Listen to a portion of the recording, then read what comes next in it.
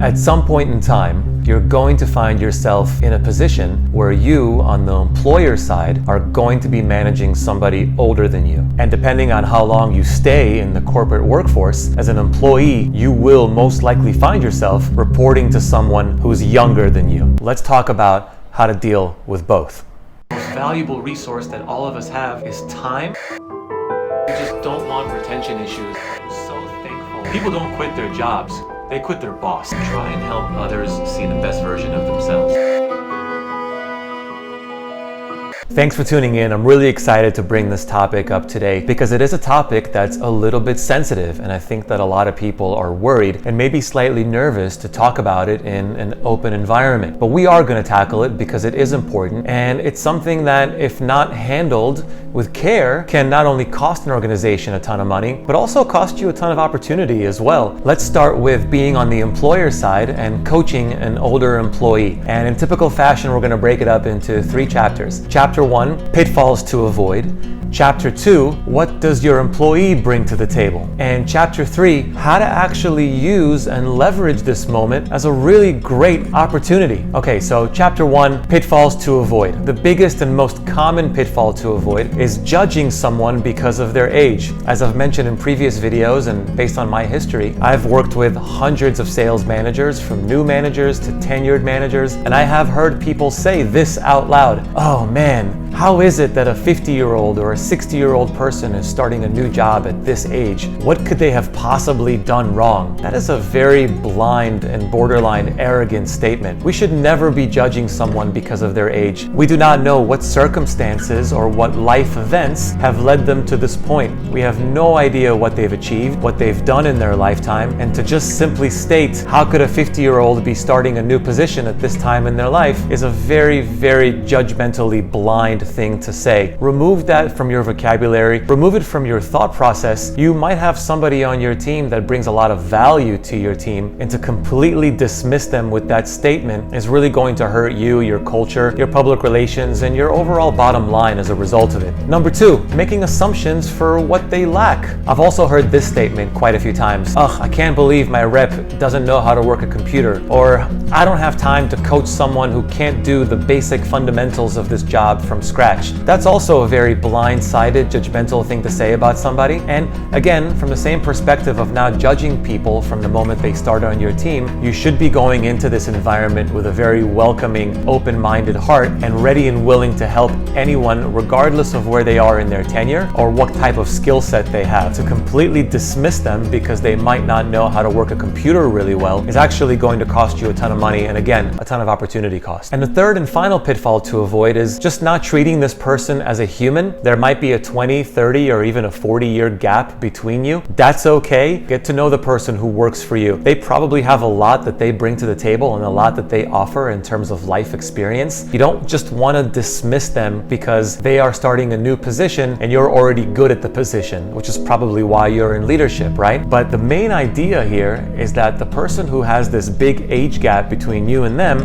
actually has a lot to say and a lot to offer if you enable them and ask them questions about what they know and what they bring to the table in terms of life experience. You might be A, gaining a new friend, which is a good thing, and B, gaining some life knowledge for yourself. Don't ever assume that just because you are somebody's boss that you know more than they do. Just because you know more about the product doesn't mean you know more about life. Be open, be humble, and let this person teach you a thing or two, and that makes you a really cool boss at the end of the day. And isn't that what you want to be? Let's talk about what they bring to the table. There is a fantastic opportunity here to enable someone who might know a thing or two about other industries. One of my favorite reps was a person who had 20 years of experience in the insurance field, but they wanted to abandon the insurance industry because they were over it. They were burnt out. They were working 80 hours a week and they weren't getting recognized for their efforts. And I'm certainly not bashing the insurance industry as a whole. I'm just saying that's what this person felt, and they decided that after 20 years in the insurance game, they wanted to break away from it and get into the advertising game, which is where I spent the majority of my sales and my leadership career. Instead of judging this person and saying, well, you don't know anything about advertising, you barely know how to work a computer, I decided to flip that coin and say, what can you teach us about insurance? The insurance industry is actually one of our clients, and it might be beneficial to have this person speak to our group about how to have conversations about the insurance field. What is it that the insurance industry likes to hear? There is something called vertical learning, which means that there's a different perspective on talking to auto repair guys, talking to insurance people, talking to the mortgage industry, talking to healthcare, talking to beauty, talking to food and nightlife. You should be proficient in talking to every industry in a little bit more of an educated manner. The person that works for me, that has a 20-year age gap between he and I, knows a lot about the insurance industry. I asked them to speak publicly about it in one of our team roundups. This does so many things. It brings respect for them as somebody who knows a lot about a vertical industry. It makes them feel really good about working for me because I'm the sort of leader that believes in enablement, and it also builds a lot of trust, and it makes them feel really good about the team that they're on. We had such a good time learning from our reps. There was one person who knew a lot about auto care. I had them speak. There was one person who knew a lot about the pool industry.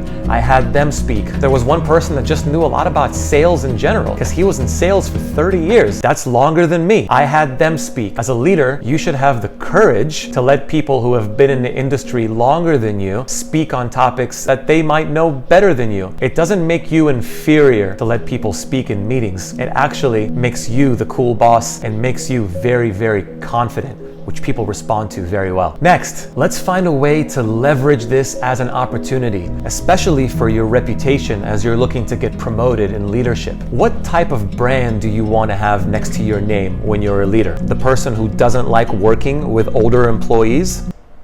No. Or the person who's willing to work with everyone, the person who believes in diversity and inclusion. You want that sort of brand to be associated with your name. You want the VP of sales or the CEO or whoever it is that's above you in the hierarchy of your organization to say this about you. I can put anyone on Lavi's team and that person will thrive. Make sure that's the brand that's associated with your name.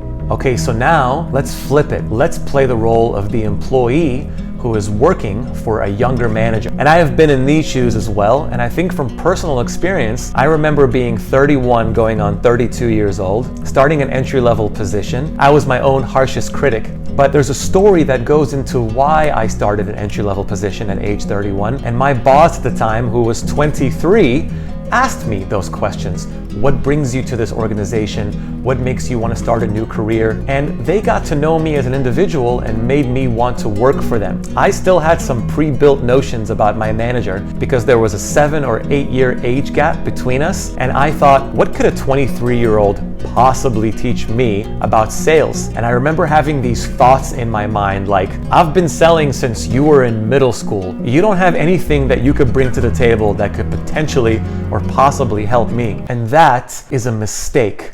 That is an arrogant, cocky mindset, and I highly, highly encourage all of you out there who are reporting to a younger manager to shed that mindset. That is a cancerous mindset and is very, very dangerous. You are leaving a lot of money on the table. It wasn't until I embraced my manager, a person who was 23 and had no real life experience, according to me, I finally allowed them to teach me. I finally allowed them to give me some knowledge on what made them so great at their product. And there's a thought here. They got into leadership because they know how to sell their product really, really well. Or even if it's not a sales organization, they got into leadership because they do know something that I don't. I'm not in leadership and they are, which means that there is some piece of information that they can give me, that they can offer me. The moment you shed the mindset of I know more than you, then that's where you really start learning. I don't care if the person that I work for is younger than me. As long as we have a good communication level and a respectful communication level, and we are getting to know each other as people, I don't need them to teach me life lessons.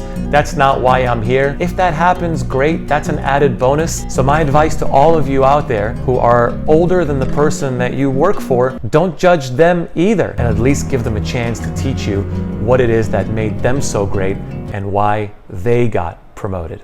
Hi there. If you like my content, subscribe. It's really, really easy. See that guy right there? This guy?